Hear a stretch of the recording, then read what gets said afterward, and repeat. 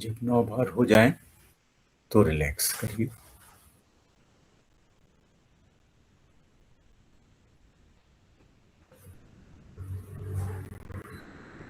अब हम चलते हैं मूलाधार का जो पासवर्ड हमने सीखा है, बीज मंत्र, वो है लंग।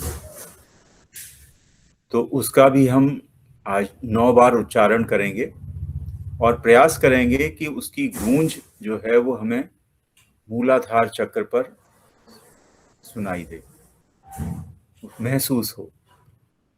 तो एक बार उसका उच्चारण जो है वो मैं आपको प्रयास करता हूं कि एक बार अच्छे से समझ में आ जाए। एक तो होता है ला, जो हम लोगों ने कर लिया कि ये वैखारी है, जो जो मतलब जो लेटर है, जो अक्षर है वो ल है, और उसमें जब हम बिंदी लगा देते हैं तो वो हो जाता है लम। अब लम का जब हम उच्चारण करते हैं, लम लम लम, तो वो जो उसकी गूंज है वो हमें बहुत अंदर तक नहीं जाती है, ऊपर ही ऊपर कहीं खत्म हो जाती है। और जब उसमें चंद्र बिंदु लगा देते हैं तो उसका जो उच्चारण है वो है लंग लंग। इसको एक ऐसे एग्जाम्पल से समझ लें कि जब हम अपनी कार या स्कूटर जब स्टार्ट करते हैं ना, तो शुरू में एक दो बार अगर नहीं वो होती है स्ट्राइक, फिर जब स्ट्राइक होती है, फिर जब हम एक्सीलरेटर देते हैं, तो उस तरह का अंतर है लम और लंग में। Lump lump lump lung. तो वो जो गूंज है वो हमें मूलाधार तक ले जाती है और हमारा उससे संपर्क स्थापित हो जाता है। तो इस तरह से प्रयास करें। अगर आप सहज हैं तो उसका अच्छे स्वर से उच्चारण करिए 9 बार। आंख बंद कर लीजिए, ध्यान अपना मूलाधार चक्र पर लगा लीजिए।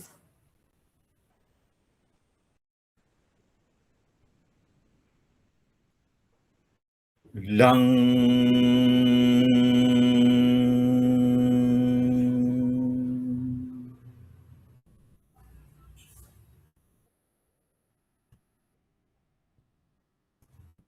लंग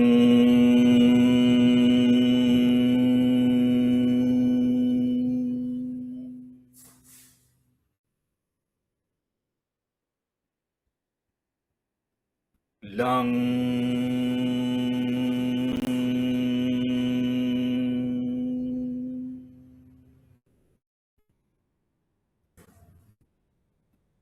लंग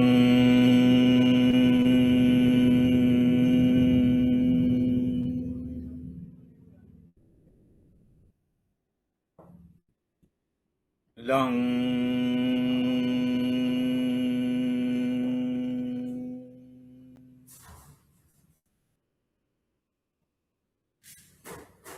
लंग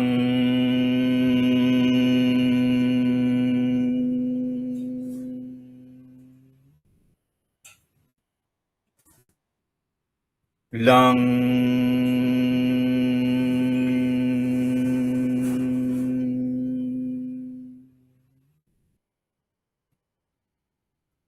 लंग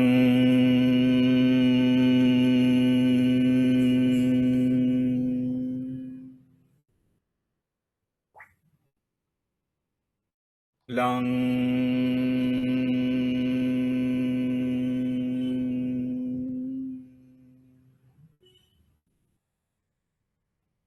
जब 9 बार उच्चारण कर लें तो सहजता से श्वास प्रश्वास चलने दें। कुछ देर अपना ध्यान मूलाधार चक्र पर लगाकर रखें।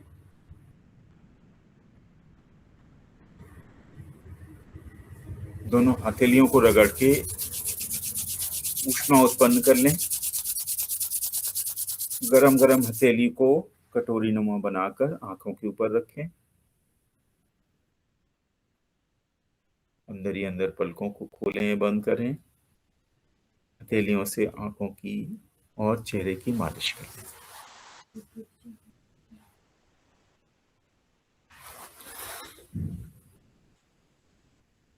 तो मूलाधार चक्र से जो संबंधित अभ्यास हैं वो हमने अभी किए। इससे रिलेटेड अगर आपका किसी का कोई क्वेश्चन हो तो आप पूछ सकते हैं, फिर हम आगे बढ़ेंगे। सर, ये जो लंग का उच्चारण किया हमने, तो उसको जैसे श्वास को अंदर ले जाते हैं वैसे मूलाधार तक ले जाना है उच्चारण करते हुए, हाँ हाँ वैसे ही हाँ, करना सांस जब इनहेलेशन करें तो अब देखिए, एक बहुत थंब रूल है ये हठ योग का, ये तो प्राणा तथा ये तो मना तथा प्राणा। जहां मन आपका लगा हुआ है, प्राण आवश्यक रूप से वहीं पे जाएगा। तो अगर आपने मन को अगर मूलाधार चक्र पर स्थापित कर दिया है, तो जो ब्रेथ है, देखिए ब्रेथ जो है ना, वो तो फिजिकल पार्ट है उसका। जो प्राण है वो तो पूरे यूनिवर्स में व्याप्त है ना, तो वो प्राण वहीं पर रहेगा। तो और हमें जो है वो ब्रेथ के माध्यम से अपने मन को, या मन के माध्यम से अपने ब्रेथ को मूलाधार से कनेक्ट करना है। तो ध्यान अपना अगर मूलाधार चक्र पर लगा के रखेंगे, तो उससे हमारा जो उद्देश्य है वो पूरा हो जाता थैंक यू। है। और जब जब हम उच्चारण करते हैं उस बीज मंत्र का, तो उसकी जो गूंज है वो हमको उस एनर्जी से पुनर्स्थापित करने में सहायता करती है। चिंतन जी कुछ कहना चाह रहे सर, जैसे ये बैठकर करना है ये अभ्यास, तो हैं जी। इसमें वज्रासन में भी हो जाएगा क्या? वज्रासन में भी कर सकते हैं, लेकिन क्योंकि जो इसके लिए जो प्रिस्क्राइब्ड आसन है वो पद्मासन है। अगर नहीं लग सकता है तो अर्ध पद्मासन लगा लें।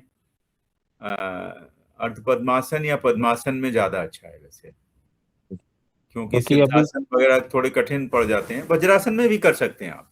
वज्रासन में भी देखिए, जो अल्टीमेटली जो प्रभाव है वो हमारे उस पर्टिकुलर स्पेस पे आना चाहिए, जो जो मूलाधार का भौतिक वो है, इसको कहना चाहिए भौतिक स्थान है हमारे शरीर में। हमारे भौतिक शरीर में जो उसका स्थान कहा गया है, वो उस स्थान पे उसका वो आना चाहिए, प्रभाव आना चाहिए। तो वही आसन है, तो वज्रासन में भी आ जाता है। क्योंकि बेसिकली कुछ दिन पहले मेनिस्कस टीयर हुआ था, तो वो नी को इतना फोल्ड करना रिकमेंड नहीं कर रहे हैं डॉक्टर्स। अच्छा, हाँ तो ठीक है।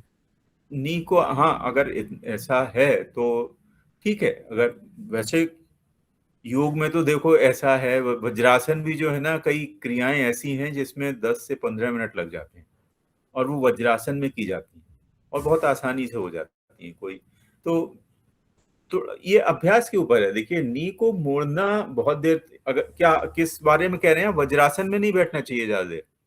नहीं, वज्रासन तो लग जाता है, पद्मासन में दिक्कत आती है क्योंकि वो मेनिस्कस में प्रॉब्लम थी, तो वो लग तो रहा है पद्मासन, लेकिन उन्होंने अच्छा, रिकमेंड नहीं किया हाँ, वहाँ अगर पे। कोई कोई प्रॉब्लम है, अगर डॉक्टर ने कहा है कि भाई आपके लिए ठीक नहीं है, तो फिर नेचुरली फिर हमें उनकी बात माननी पड़ेगी।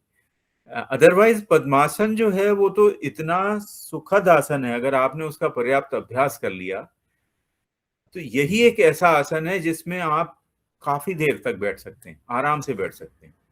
देखिए, इवन सुख आसन जब हम लगाते हैं, तो हमारे पैर के जो नीचे के टखने हैं वो टच होते रहते हैं जमीन से, और कुछ ना कुछ वजन उस पर शिफ्ट होता है, तो वहां दर्द होने लगता है।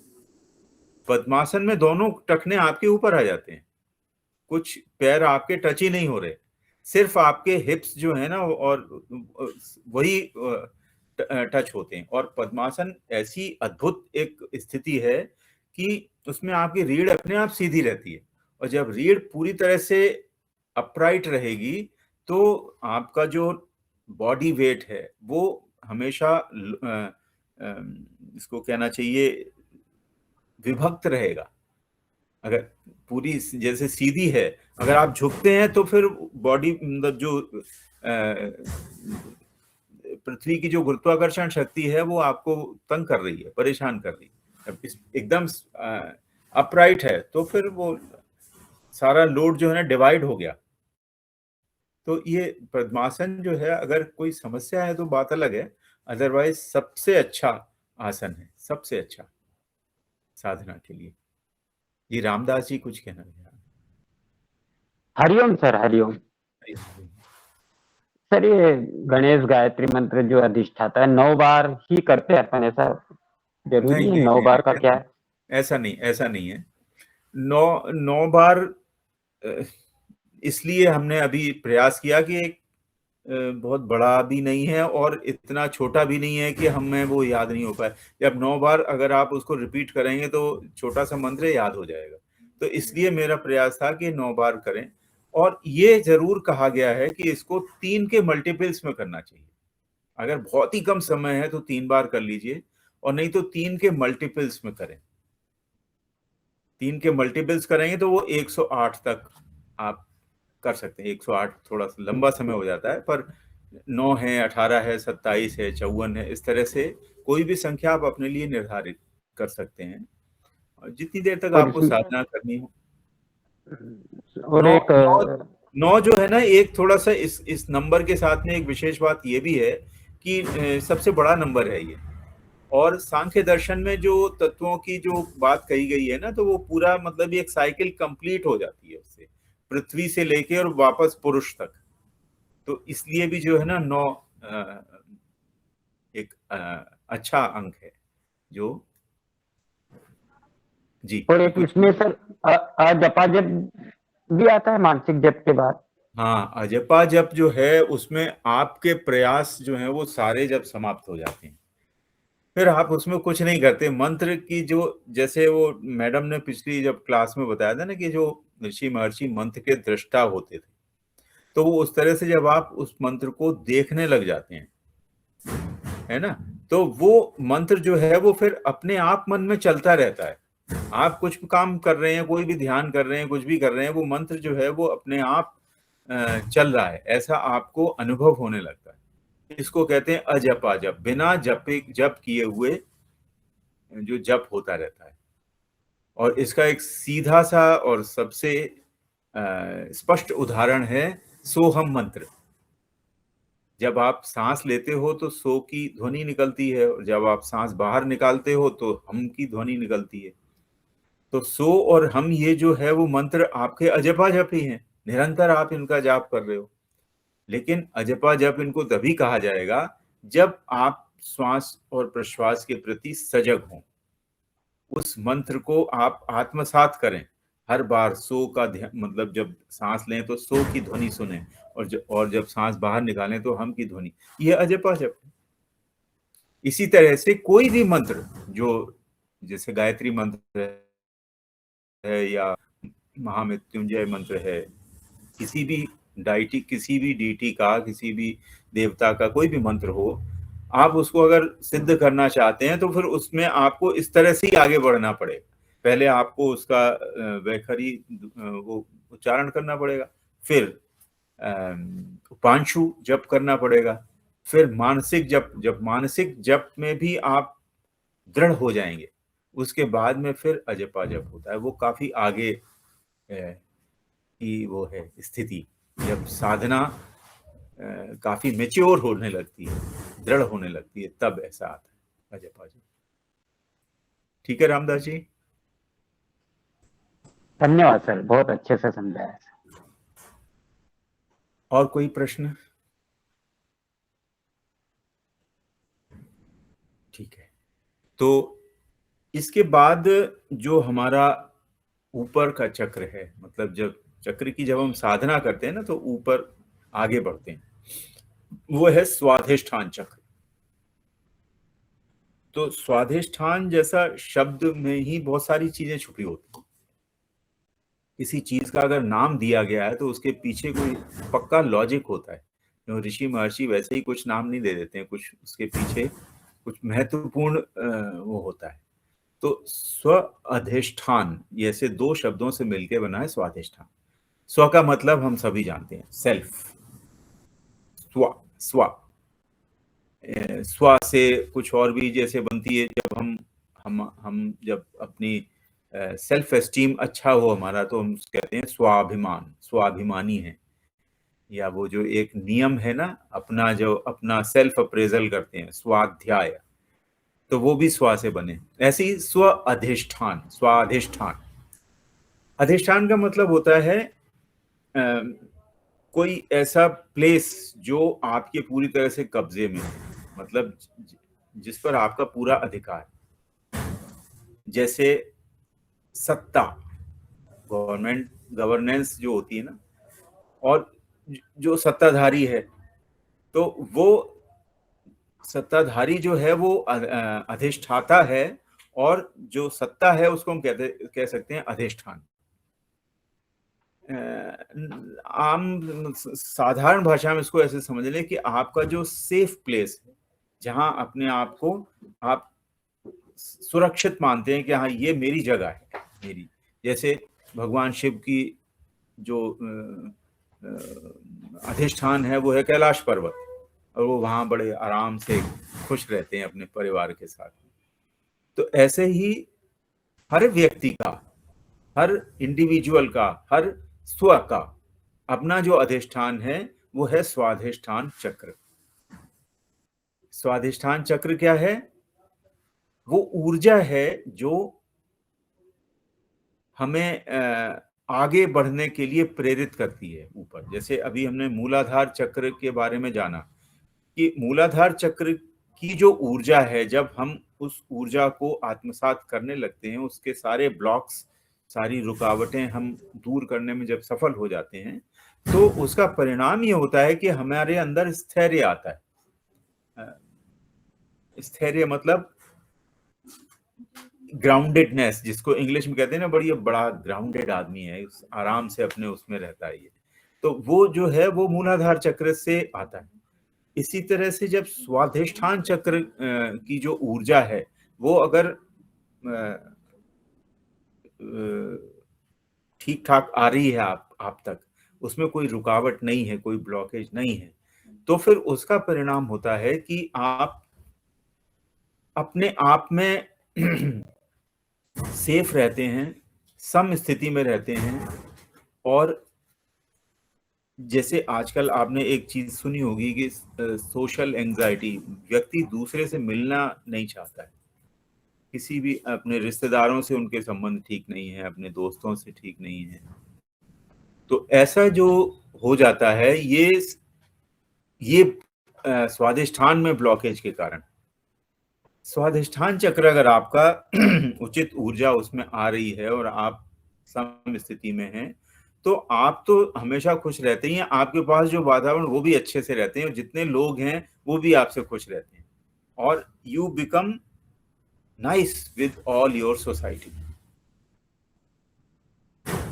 तो ये कैसे होता है, इसको थोड़ा सा डिस्कस करते हैं।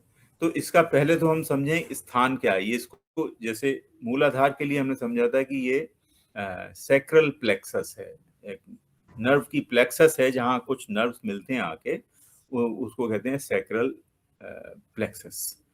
और इसी तरह से स्वादिष्ठान को कहते हैं हाइपोगैस्ट्रिक प्लेक्सस, यानी जो हमारा गैस्ट्रिक मतलब आमाशय जो है ना, उसके नीचे कुछ जाल होता है नर्व्स का, वो स्थान है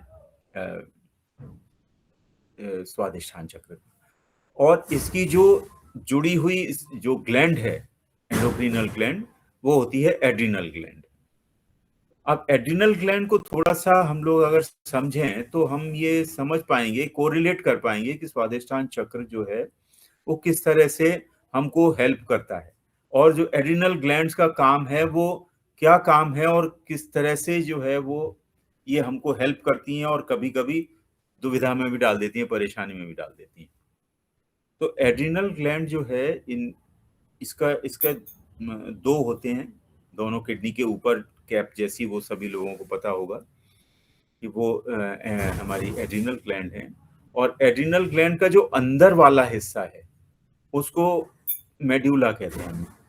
मेड्यूला जो पार्ट है वो नर्वस टिश्यू का बना रहता है, और उसके ऊपर कुछ मसल्स, दूसरी मसल्स हैं, उसको हम कहते हैं कॉर्टेक्स पार्ट।